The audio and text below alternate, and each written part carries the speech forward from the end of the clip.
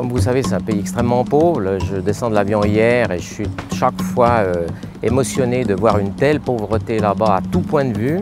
Et par exemple, sur le plan de la chirurgie orthopédique, il y a une dizaine de chirurgiens orthopédistes dans tout le pays, dont 5 qui sont à peu près formés convenablement, mais aucun qui a un niveau suffisant pour faire de la chirurgie d'handicapés, de séquelles, de traumatologie comme on fait nous. Dans la région du Nord-Est où nous avons notre projet, il n'y a jamais eu aucun chirurgien orthopédique pour une région de 800 000 habitants.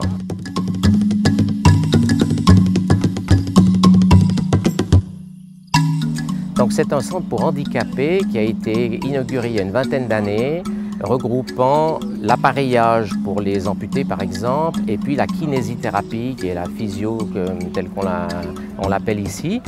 Et ça a fonctionné depuis 20 ans très bien, mais le directeur là-bas, qui est un kiné burkinabé, était désolé de ne pas pouvoir faire opérer les patients qui avaient besoin d'une correction chirurgicale.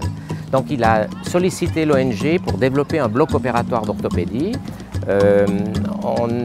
J'ai vu les plans que j'ai corrigés parce qu'ils étaient faits un peu à la burkinabé.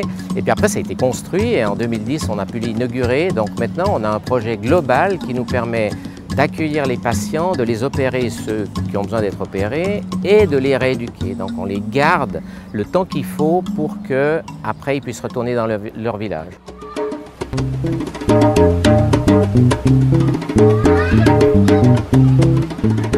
Comme on a 30 lits, on a un problème avec ça.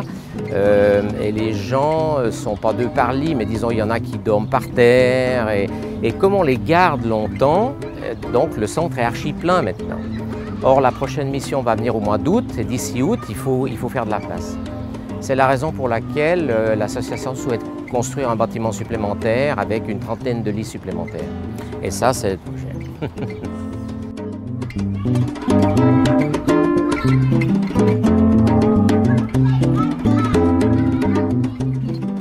Le béton armé est très cher là-bas.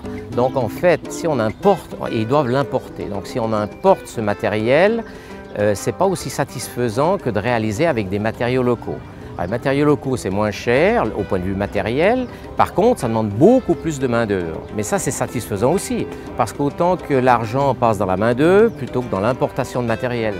Donc l'intérêt de la voûte nubienne, c'est que c'est fait avec de la terre et du sable local, qui a la réputation d'être pas très solide, mais grâce au système de la voûte nubienne par rapport au simple banco qui se fait pour les cases, grâce à ce principe, c'est tout à fait solide et viable.